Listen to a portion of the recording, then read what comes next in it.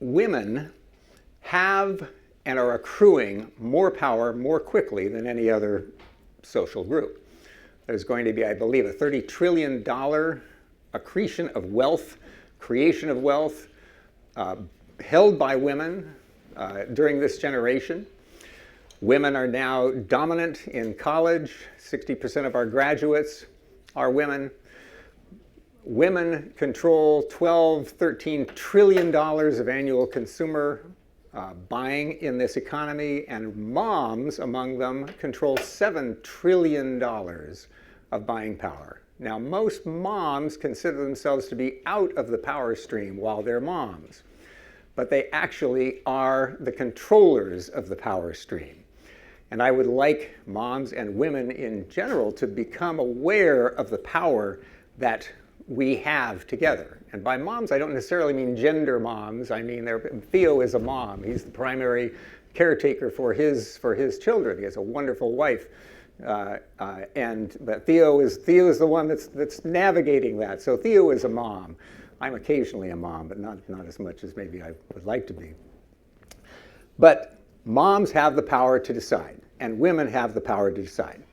And integrating those qualities that we traditionally associate with the feminine into our power structure so that we have an integration of the masculine and the feminine qualities that make us whole is essential, I think, to a circular economy and to a successful emergent culture. And to introduce that idea to us and to have some conversations with some women leaders is Joan Michelson. So Joan, I would like you to come up. Now, Joan has been leading the EarthX Women's Conference here at EarthX. And now I would like you to I'd like to welcome you and welcome your folks. Good morning. Everybody caffeinated and motivated and inspired by that last panel? Was anybody here yesterday for our Earth Day Women's Summit? Yay, I thought I saw a few familiar faces. Thank you. Thank you. I hope that was fun. So thank you, Bill, for that amazing introduction. Women do have extraordinary power. That's why I have a show called Electric Ladies Podcast, where I feature only women. I love you guys, but sorry about that. Making changes in transforming the energy, sustainability, and climate space. I have over 460 episodes, so you're likely to find something that you like. And women across the economy, including many of our guests yesterday. And you can find out more about me online and on the website for EarthX if you're so inclined.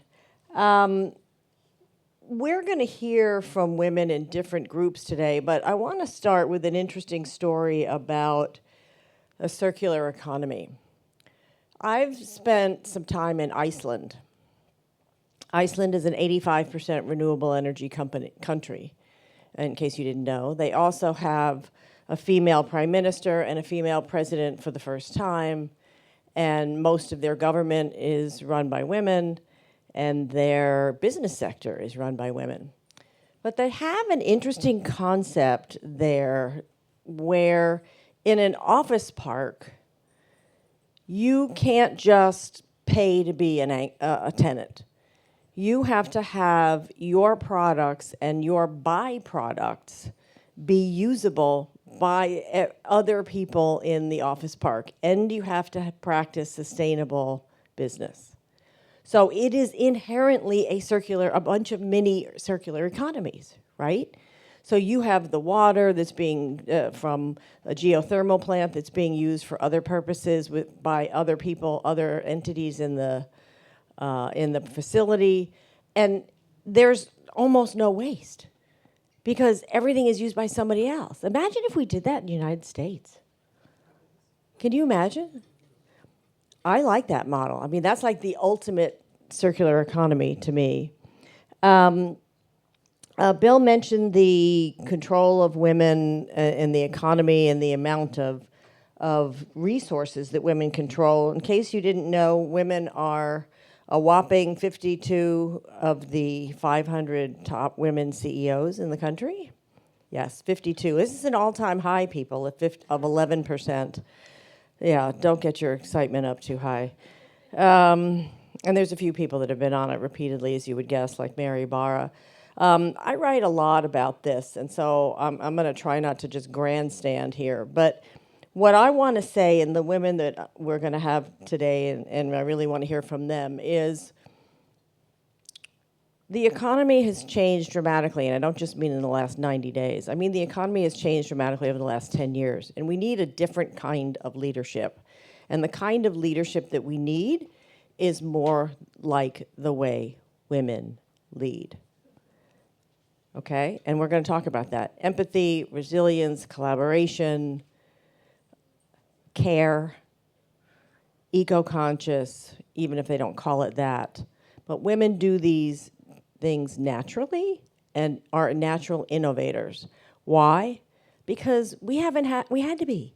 We haven't had control of the budgets and the resources and the authority over history. So we, guess what, had to find another way.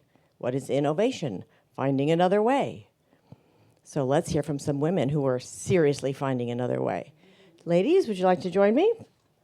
We have the now famous Brigid Shea of Texas Commissioner, Texas County Commissioner, who has an illustrious career we'll hear from.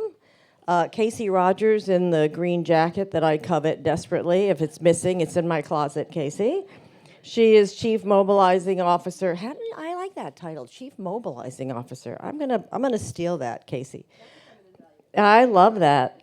At Daughters for Earth, which is an amazing organization of women using philanthropy, one of the co-founders, Justin Winters, who I had on my show, calls philanthroactivism. And Zainab Salbi is another co-founder who is the founder of Women to Women International and another force of nature. And then we have KoAnn, oh God. KoAnn's Good. We have KoAnn's Good. KoAnn's Skrzyniarz, but I'll let her pronounce it. Founder and chairwoman, and I love this, chief catalyst and community builder at Sustainable Brands Worldwide. Sustainable Brands is another force. I don't know if you get their newsletters, but they do events all over the country, all over the world, really, right? And their journalism and their coverage is terrific, and I've been to many. And last but not least, Julia Tindall of Julia Tindall and Elite Eco Tours, who is working with Bill on eco-friendly tours all over the world. And I want to go on one. Are we packed? Everybody got a passport? Shall we? Okay, you've now got your next tour here, Julia. So I want to start with letting you guys talk a bit about, that's why I didn't really introduce you with too great depth, because you do it better than I can, to talk about the work that you're doing and tie it in, of course. I mean, you're all elevating women's power. I love that, Sheroes. And tie your work in. I mean, yours is inherently, right? Casey, why don't you start with, tell us about Daughters for Earth and how that is empowering women all over the world. What they're doing is truly extraordinary. Thank you so much. So, Casey Rogers, yes, I've spent my career largely in philanthropy, and so as you talk about this transfer of wealth, it's highly relevant to the work that I've been engaged in.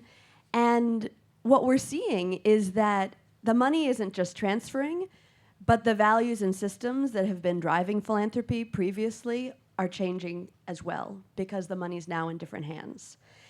And what we're seeing is a move away from the me giving to the we giving, right? This idea of collective being a benefit to philanthropic work.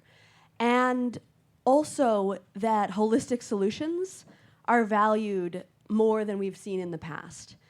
And for anyone involved in environmental work or climate work, this is all very, very positive, because if we're looking for solutions to the state of Mother Earth, then we do need to be looking holistically. We do need to be thinking collectively, and it isn't an individual game. It's a collective game.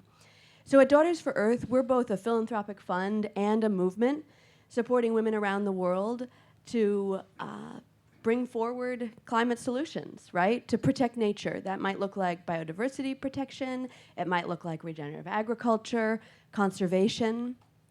There are women right this minute around the world who are indeed protecting nature in their communities. And many of them would never call themselves a climate leader. They're doing it because a need has arisen and they're responding, right? Absolutely. This idea of innovation. And this is what we want to acknowledge. We want to fund those women who are stepping forward with real solutions, and we also want to amplify the work that they're doing because it goes unnoticed.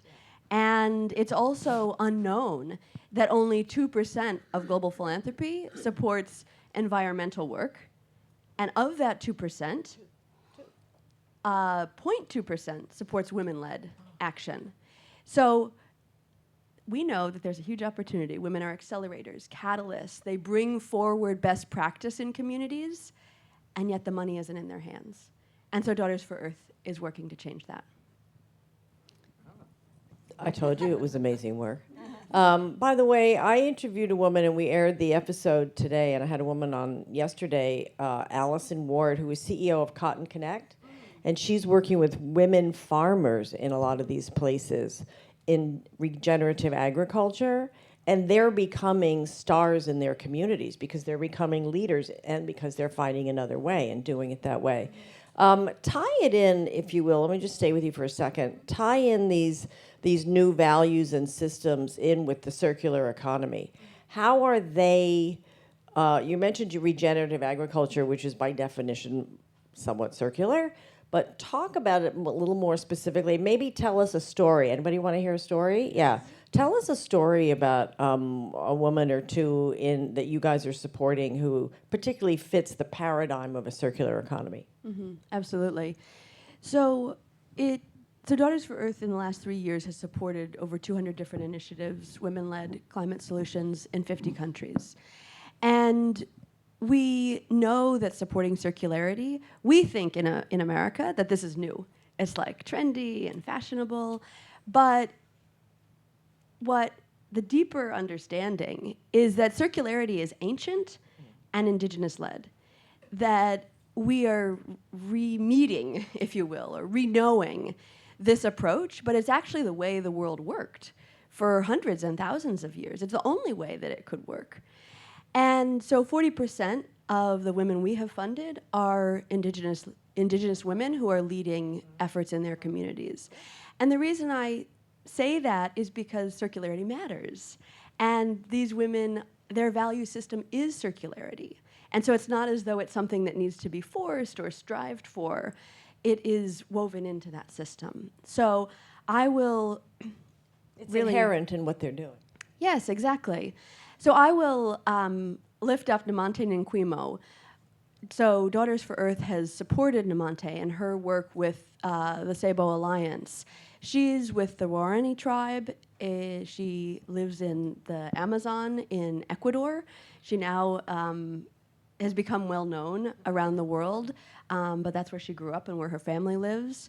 And she has led women in her community and in other neighboring tribes as land defenders. And actually they challenged the constitution of Ecuador and ultimately changed it such that tribes they must provide consent for any extraction work happening on their land, which previously was not the case. So she's an activist par excellence, without a doubt. But her early work really was about access to water. It was about ensuring food systems, healthy food systems within her community. These are aspects of circularity that are important and necessary, and that then led to fighting for land protection. I love that. Yeah, that goes to the community comments that the last panel was talking about as well. Speaking of community, Brigid, you have a particular fan base here. Thank you for welcoming us to Texas. Tell us about, you're Travis County Commissioner, but Tell us what you actually do, and tell us some stories about how there are some really cool projects you're working on. I love the name Purple Pipes. I'm like what the hell is a purple pipe?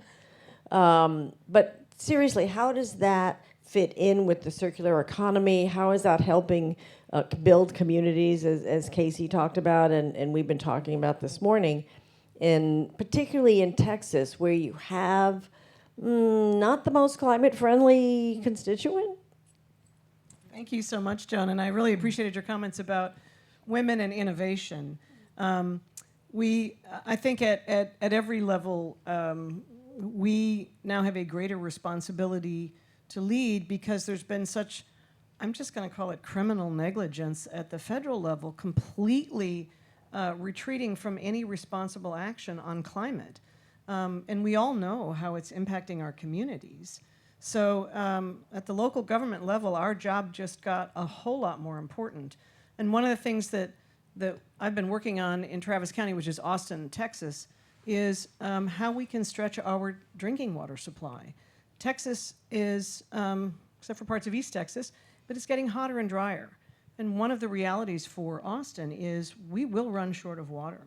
We're growing exponentially. We're wasting water like drunken sailors. So it's a bad combination. Too many South by Southwest festivities. And one of the things that we pushed was, and this is like a little known fact, but it's a really important detail. The largest use of water in any big building, so like this whole hotel complex, is for, any guesses? What's the largest use of water? Showers and toilets? Not showers and toilets. Who said? Laundry. Not laundry. Washing dishes? Air conditioning. Wow. I know it's not intuitive because we don't see it, but literally 90% of the water used in most large buildings is for air conditioning, and especially in a hot climate, it's because they have evaporative cooling systems. All those big mechanical units on top of the rooftops, if you're ever up in a tall building and look out, those are evaporative cooling systems, and nobody drinks that water supply. So the city of Austin has been a real leader in this regard, and we benefited from it at Travis County. They began building out a purple pipe system, which is where they take their treated wastewater, instead of just discharging it downstream, they put it into purple pipes and send it around mostly the downtown business district, but to some other large users. And we hooked up 7 of our county buildings and are now, and it's not that complicated. You literally run the pipe with the purple pipe up to the air conditioning systems, and just by swapping out the water supply for air conditioning systems, we're permanently eliminating the demand for 45 million gallons of water a year.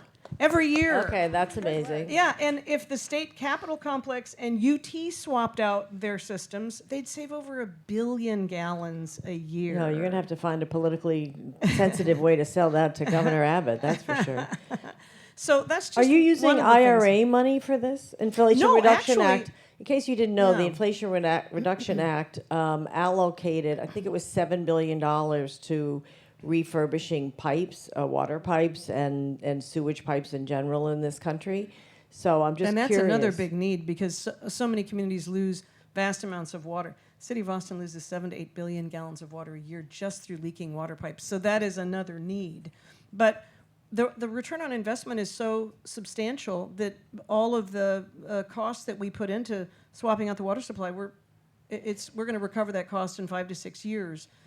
Is that paid by the state, or is that paid by the county, or is that paid by the building that's changing the pipe? The county had to make that investment, and this is one of those areas where innovation, particularly where women are leading it, is not just a lay down action. I had to fight the construction contractors who were building a new courthouse building for us in the county because they didn't know about purple pipe, and they didn't really want to design and build the building so that it was ready to hook up to purple pipe. And I had to insist on it. I had to bring in other experts to mansplain to them why this was a good, important thing to do.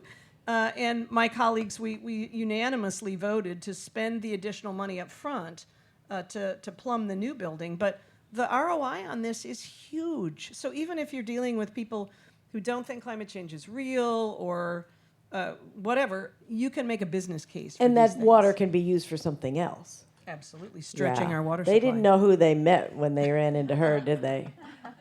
I'd love to see Brigid Shea walk in and say, I want to talk about purple pipes and see what they do.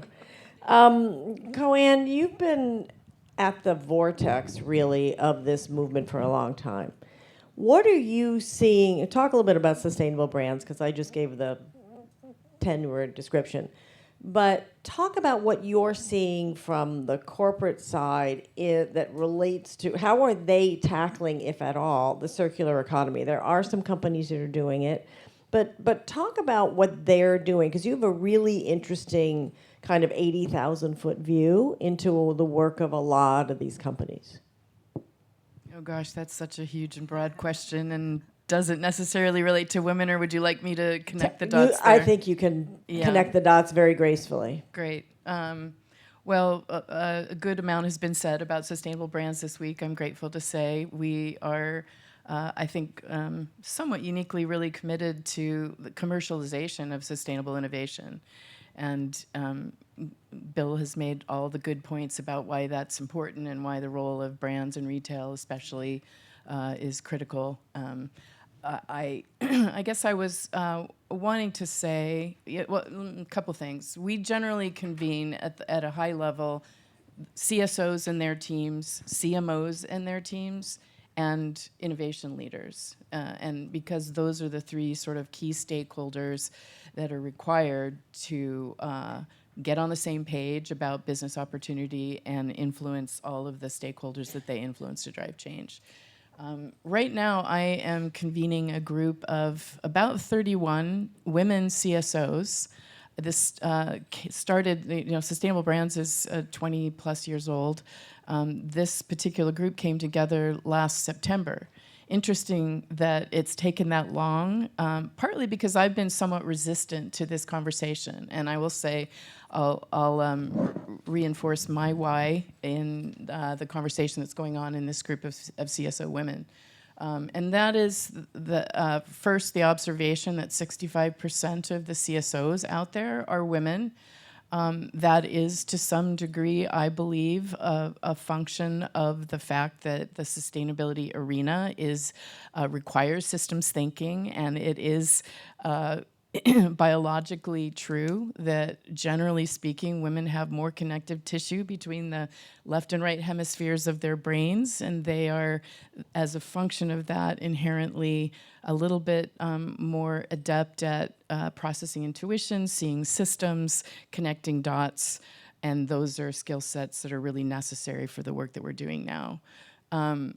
The conversation in that group, however, has been really two things. One, to acknowledge that, and we've talked about this week a lot too, the narrative and the language that we have tended to use, those of us who are in the environmental space, has inadvertently created a negative response by certain people, because in the process of trying to defend those who have been othered, including the environment, we have turned around and othered others, right?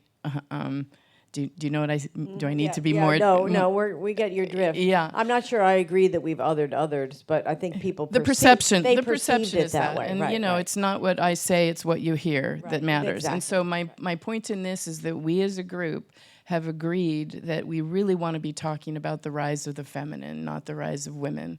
And I think this is really important. I have two sons, 30 and 31. Both of them have a pretty significant feminine streak in them. And my personal belief is I've watched a lot of sensitive men be kicked to the curb because they have culturally had their feminine instincts and capabilities beat out of them. Okay, and I think that is as much of the root of our problem as the fact that women have not been recognized for the strengths they bring. So you're kind of touching on this, but I want you to be more explicit. I love this, and I've had many of those CSOs on my show, by the way, and some of them were on this particular stage yesterday. How are these women CEOs doing sustainability differently? Like, what is it about what they're doing that fits that paradigm? As I say, I have not tended to generalize in that way, Right. but I can say intuitively, our agenda has been to de-siloize the sustainability work and move to embed it into the core of business strategy and in the core of operations. And I think women who inherently understand systems intuitively get that and are more adept at being able to build collaborative relationships and extend their influence outside of the traditional power constructs that they may be assigned, if Right. you will. And I would imagine that systems thinking is inherently creating circular economy structures in their work. Perfect. Isabel, you bring the mom discussion into this. I love it. Mom's Clean Air Force is another force, truly a force. I've known of them for quite some time. And they are very lucky to have you as a force of nature on their team. So expand on what Bill said in his introduction, really, about the power of moms in this, and tie it together with this circular economy concept and the work that you guys are doing. But tell people more about Mom's Clean Air Force, because I'm not sure everybody understands what they do, what they actually do, except when they see them on the news at a protest. Good morning. Can you guys hear me? Okay, wonderful. Thank you so much for having me. It's really an honor to be on stage with all these amazing women. I've learned so much, and good to be reunited with KoAnn.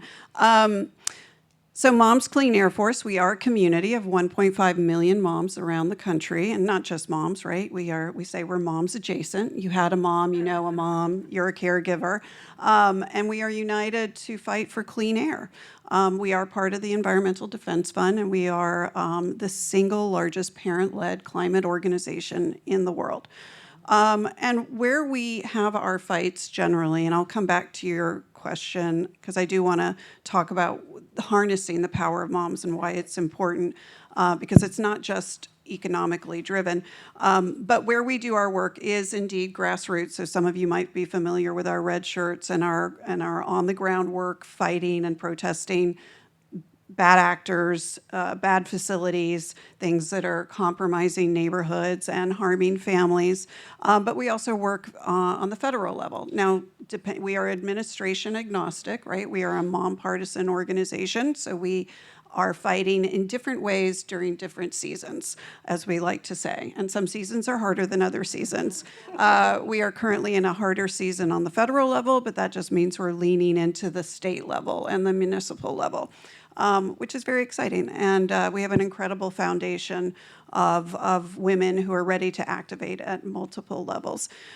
So as it relates to the power of moms and why I'm very excited to be working in this particular arena, is that not only do we have the economic currency, and I do appreciate that so many of the conversations at EarthX are driven by economy, because I do believe that kitchen table issues are really motivating factors, and especially for our moms, because intersectional, I'd say, to the economic power that we hold is our proximity to the things that require economics, right? So we are still disproportionately the caregivers. We are proximate to children in need. We are proximate to those who are sick in our families. We are proximate to school systems and school structures. So while we may be omitted from certain aspects of culture writ large, whether that's positions of power, within corporate settings or policy, we are, I'd say, overwhelmingly represented in a different kind of currency, and that's community currency and cultural currency. So I'd say that as it relates to circular economy, and investment in our world and our nature, which for us is very much driven by public health, let's be honest, right? If the planet is not healthy, our children are not healthy. We are a driving force. I want you to tell us a story or two about a couple of the women in your group. But by the way, in case anybody didn't know, there was a report today that came out that, speaking of air, that the air quality has actually gone down dramatically over the last 12 months for the first time in 10 years. And a lot of that is because of climate change. It's because of droughts, wildfires. My partner in my event lives in LA, and we had the LA County Supervisor speak at our summit yesterday. I mean, hello, think about all those wildfires all over the country, all over the world, what they contribute to the air. And emissions going up, frankly, and part of that is AI, and we can talk about that for about 7 weeks. And it's only going to get worse. And it's only, yeah. And there's a battle against the Clean Air Act, and don't get me started because we'll be here for a week. But Isabel, you have some extraordinary women doing extraordinary things with Mom's Clean Air Force. Tell us a couple of stories. Inspire us with a couple of stories of some of these women. Sure, and it's part of why I skip to work, right? Like part of my job is elevating their stories of impact. I don't even know where to start because what's been an incredible, I'd say, salve to a difficult first 100 days are the incredible achievements that continue to happen, especially at the local level. So we have like moms that are just like killing it in the orphan well sector in Pennsylvania and Ohio. And a lot of people, I didn't know what orphans wells were before I started this job 2 years ago, but they emit a lot of methane, but not just methane. Some of these orphan wells can also be consist of other pollutants, right, that are sort of bounded or binded to the core chemicals, right? So, and these orphan wells are backing up to neighborhoods. They're near parks. So we have, a groundswell of women, moms, in this particular region, of which there are, I think we've closed 300 to date, and the governor came out and said that. But I think there's like hundreds of thousands of these things around the country, right? So this is but it demonstrates the power of civic engagement, and it demonstrates the power of mobilization. We also have moms that are on the front lines of the fights against really bad chemicals like TCE, that it's the dry cleaning chemical that can really, please don't dry clean your clothes and keep them in the bag hanging in your closet. I mean, the exposure can be extremely dangerous, especially if you live near one of these facilities, who are doing really strong work on the ground where these facilities are. Advanced recycling, we heard about that yesterday. That is one of our big fights, right? We believe it's not advanced, and we believe it's not recycling. It is burning plastic, and these facilities are popping up, 150 of them around the country.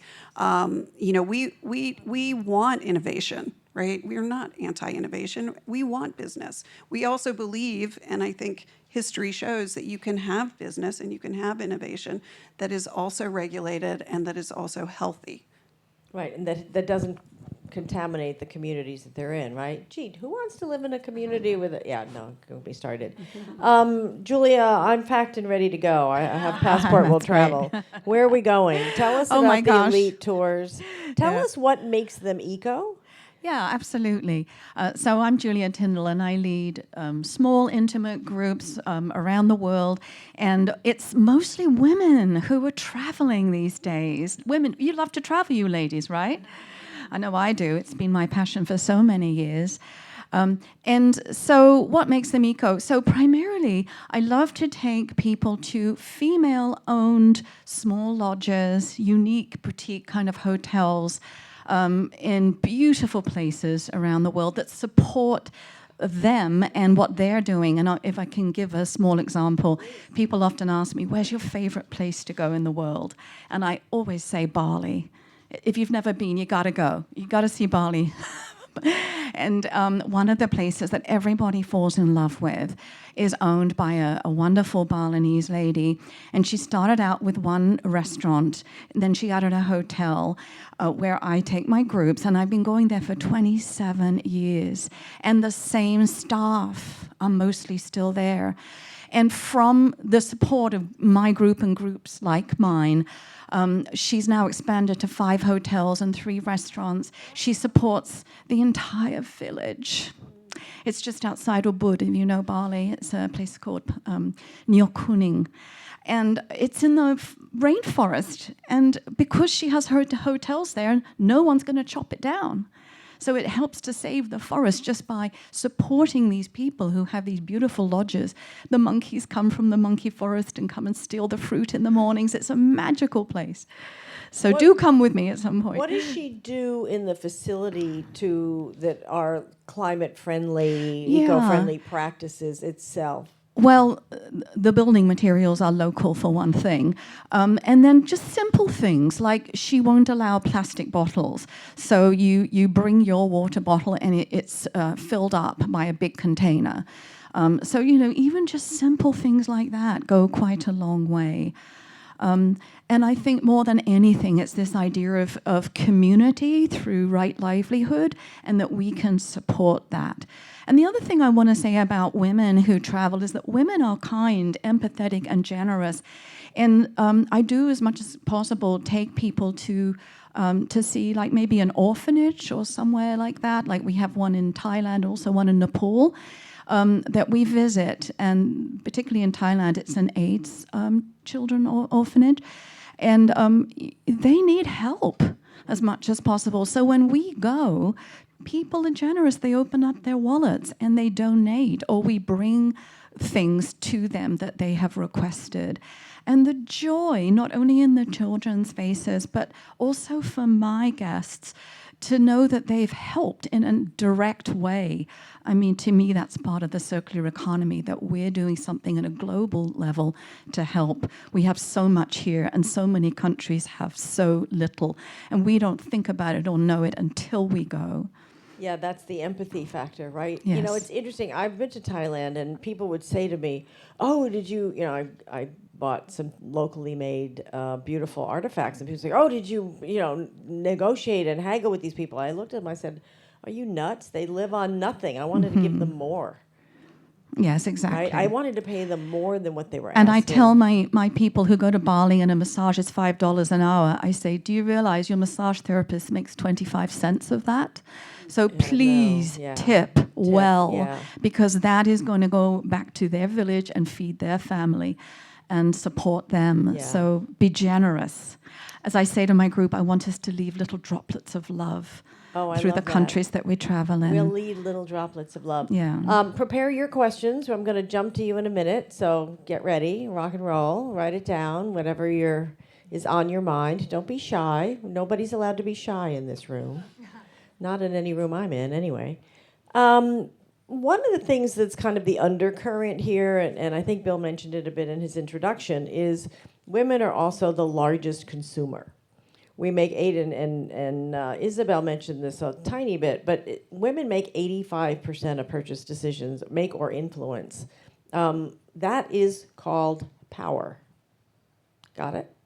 So I'd like to go around the table and ask about how we in this room, and anybody who hears this episode, because I'll see if Bill will let me air it as an episode on my show. Ha ha ha. See, I'm putting him on the spot by doing that from the stage.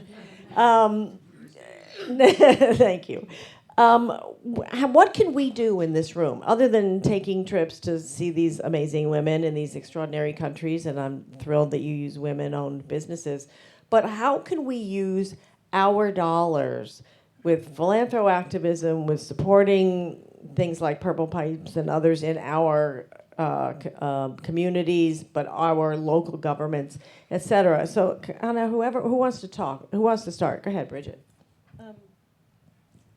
One of the things I tell people, because I started out here, I never saw myself as an elected official. In fact, I would sit in the back when Stacey was talking about the Save Our Springs campaign. I sat in the back of the city council chambers in Austin, and I literally thought, oh, thank God it's not me up there.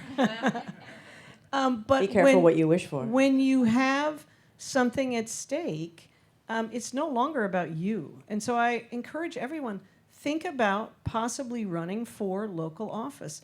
Our communities desperately need good leaders. And women. Just don't count yourself out. Just consider it. Or support someone else you know to run for office, and then vote. For God's sake, 90 million people sat out the last presidential election, and there was so much at stake. And we're paying for it. Just make sure you vote. By the way, just to that point, I'm glad you said that, because there was a new study by the Environmental Voter Project that there's been an increase, they're calling it the green gender gap, that there's been an increase in women voting on climate issues. One of my favorite topics. I love that. That's perfect. Who wants to go next? Who's my next victim? Well, I can speak a little bit to that research, and what they found also is that there was proportionally of the gender gap. It was either very young women, but also moms, right, and grandmothers, and that very much reflects what we've been seeing for the last 14 years since our founding. And again, I think it sort of speaks to the proximity of where we as mothers see the sort of the end effects of bad air, right? And so we want to work backwards to figure out what the source problem is, whether that's regulation or what have you. And then speaking to civic engagement, I too encourage anybody and everybody to run for office if you've got an inkling for it, but I also say that there's many things that you can do in between the two sort of bookends of voting and running for office. And a lot of what we try to do at Moms Clean Air Force and why we've been so successful is to teach and empower women to use their voice in the channels where they feel that they can feel comfortable, perhaps stretch themselves, but also have influence. So that's a lot of letters to the editor. That's a lot of teaching people how to give testimony on the Hill or at their school boards. And I think that there is something happening, like in the air, as it were, where women, and at least certainly moms, want to have a voice. And they're realizing that the barrier to entry is much lower than perhaps previous generations, and certainly organizations like ours, of which there are many, can teach women sort of, and others, the spectrum of civic engagement, so that it's not just, okay, I have to run for office, or at minimum vote, and yes, everybody should vote. Just find a way, right? This is the find a way argument, right? KoAnn, interesting to me about you, and then we'll jump to Casey, is you're working with companies that are doing this work. So if we want to spend our money, I mean, we have to, as she said, we have to buy things, right? Hello. So what are some of the companies that we can, not that you're an advertisement for them necessarily, but I mean, do you see companies that are really walking the talk? I mean, let's be real here. I've had some of them on my show, but do you see companies that are really walking the talk with their products and services that we should reward, or on the flip side, punish? But I'd rather reward than punish. Well, I'm sure many of you read about Costco's willingness to stand up and take a stand on their DE&I commitments. So there's an obvious example. So you're asking a mother to choose amongst their kids, and yesterday we were talking about that there is no perfection and there is no sustainable brand at this point. And that's an issue, right? We can't demand purity. If we go for a purity test, we're going to be broke. Yeah, but I mean, I think I could answer that concretely by saying we're looking at companies in the women's sector like Everlane and Quince, for example, who are fairly new brands on the market who are really striving to embed not only sustainable practices but also communicating about it, which is great. Their clothing, women's clothing, both of them, and inexpensive. And I think, that's another aside. But I also think that rewarding organizations or companies like REI, I was going to take off my SB hat for a minute and say what I'm observing in my personal community amongst my women friends is an uptake and a commitment to buy reused and recycled. And I really appreciate that REI has been a leader in not only product to service innovation, so they're finding other ways to generate revenue that, like taking people out into nature, that doesn't involve buying more shit, if I can say that. And they also have a very big recycled, refurbished product offering, right? Which Patagonia does too. And Patagonia, of course, does. I always hesitate to name them because they're always named and easy. Okay. That's good. But yeah, I think. I appreciate that. That's. I think the thing is to pay attention and ask the question. And it doesn't have to be the $4,000 Gabrielle Hearst designer Yes. couture dress. Don't The- get me started. Go listen to my show. There's a whole bunch there. The other quick thing I would say Sure. right now is just there's a lot of interest in bringing more refillable formats to market, and a hesitancy about that because consumers aren't adopting refillable formats Right. much. So I think whatever you can do to find and buy the refillable format, and whether that's cleaning products or beauty, you're going to help move that. Yeah, the hotel here does that because you see in the bathroom it's all refillable. Casey, we can donate. We can do philanthroactivism. Yes, absolutely. And certainly, I mean, Daughters for Earth welcomes Right. donations for sure. But what I want to say is that Daughters for Earth is really guided by a fable that was made famous by the Nobel Peace Laureate Wangari Maathai, the Kenyan environmentalist. And it tells the story of a forest fire and all the animals being incredibly scared and darting around not sure what to do. And the littlest animal among them, the hummingbird, flying to the river, she picks up some water in her beak, brings it back to the fire, and puts on a drop. And the animals are laughing at her, like, come on, you're the littlest among us. What do you think you can do? And she's still going, getting water, bringing it back, bringing it back. And she says to them, I'm doing what I can do, and you can join me. And don't be turned off by the simplicity of this story, because it is very profound to say that we are all that hummingbird, right? We do each have the act that we're doing. I feel like each of us is an example of those different types of acts. And where we choose to put our money is one of those acts, right? And so, and I see in the audience Ariel, who I met yesterday, and she's an amazing meme creator, and she created one that said that like unpacked individual versus collective action, and that they aren't in competition. We need both. They're just different, right? Well, and they combine. I mean, individual actions combined, we create collective action. Obviously, we can do our eco tours, and we're packed and ready to roll. Go ahead. Can I actually just segue on what you said about we can do a little, but a little is what we can do. And I just want to give a quick example of that. And this is from COVID times. So when COVID happened around the world and the world shut down, of course, tourism was extremely affected. And what I did, because I can do this, is I checked in with all my tour guides, who I stay in touch with always, because we're talking global community. So I checked in with all of them and I said, are you okay?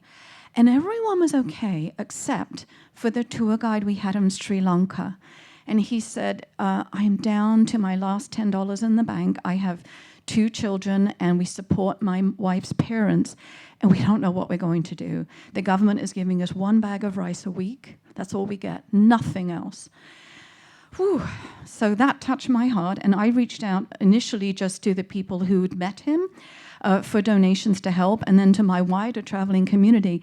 And he really was not back on his feet for 3 years, and we supported him and his family, and I'm sure he donated to other people in need for 3 years. And he, every time he would tell us, thank you, the Buddha blesses you. And he, it was what we could do as a global community to take care of our brothers and our sisters, because we travel and we met them.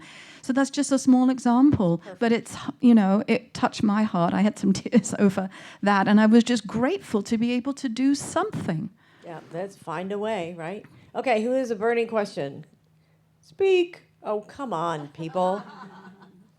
Okay, we're going to make a bill. No, go ahead. Bill, you don't win yet. Go ahead. The lady in orange. Hold on, she's sending you a mic. Yes, thank you so much for Say your name, please. My name is Ann, and I'm from Houston, Texas. And I'm an attorney, but I also do a lot of nonprofit work and support. And so one of the questions I have for all of you, your stories are wonderful, but how do you deal with personal discouragement, given that this work's really hard and can also you can also feel alone in it? This dovetails. You're on. Can you hear me? Yeah. This dovetails really beautifully with the second thing I was going to say about my CSO group and why they came together, and what I think women, I've heard around the table, particularly orient towards, which is taking care of one another. If I can tell you just a brief story, I mean, I also did not want to start a business, and here I am. About 10 years ago, I was facing just an overwhelm about the work that I was doing, and I didn't voice it to anybody, but somehow or another, it reached the radar of some women in my circle. I'll name Lise Sharp and Janine Benyas, who is the founder of Biomimicry, and they reached out to me and said, "You need support. I want you to come. We want to bring you to my home, Janine Benyas, in Montana, and put you up for a long weekend. And we just want to love on you and take care of you." Wow. And the reason that this CSO group has come together now after all these years is because these women are feeling a need for a safe place to provide one another emotional support. And so I do think that is underestimated, and this notion of care for one another is really powerful. So, pay attention when you see somebody discouraged, reach out and put a hand on their back. I found myself in tears a month ago because of what's happening in the country right now. And I got up in the morning and I was literally sitting on the couch and I was in tears. And my son came up to me, the one with the feminine capacity, and just put his hand on my back and ended up crying with me. It doesn't take much except sitting with somebody and allowing them to feel their pain, and for us to get through that and get back on our feet and get back to the battle at hand. I definitely want to echo that, because when we're feeling that way, the last thing that we are inclined to do is reach out and ask for help. And so just being aware of it with your friends and your circle. But the other thing is, and I think people lose sight of this, we're driving the bus of our life. We're the ones who choose where we're going to go and how we're going to respond. And I think it's valuable to just look at your choices when you're feeling incredibly depressed or disempowered. Look at your choices. Do you choose to, I'm just going to say, wallow in self-doubt or self-pity and feel bad for yourself? Or do you choose to focus on the things that you have done and that you know you're capable of doing and that you can continue to choose to do? And I don't mean to sound naive, but it's really that clear. You have the choice. And I've worked on climate issues for 37 years in Texas. It's been incredibly depressing. And I just literally will myself to get out of bed and do something about it. And I think of Cecile Richards, when she talked about, what will we say when our daughters ask us, what did you do? And the answer should be, everything I could. And so we have a choice, and that's a really powerful thing to understand and then act on. And the last thing I would say is to reconnect with nature, that Mother Earth is a provider, protector, and that so much solace comes from that connection. There's actually research on this. Yes, I did a TEDx talk called The Earth Has a Song. Listen, tune in. And just another quick thing is not to let fear get the better of you. A lot of people say, aren't you afraid to travel? I won't let that idea stop me. And I encourage everybody to let go of the idea that as an American you'll be shunned or you'll be hated. That's not my experience. People are a little surprised about what's going on here, but they're not going to take it out on you as an individual. They want to know how you feel, maybe. So don't be afraid. Go out there anyway and see the world. I love that. And I would say build a bridge as well. Go ahead. She's behind you with the mic.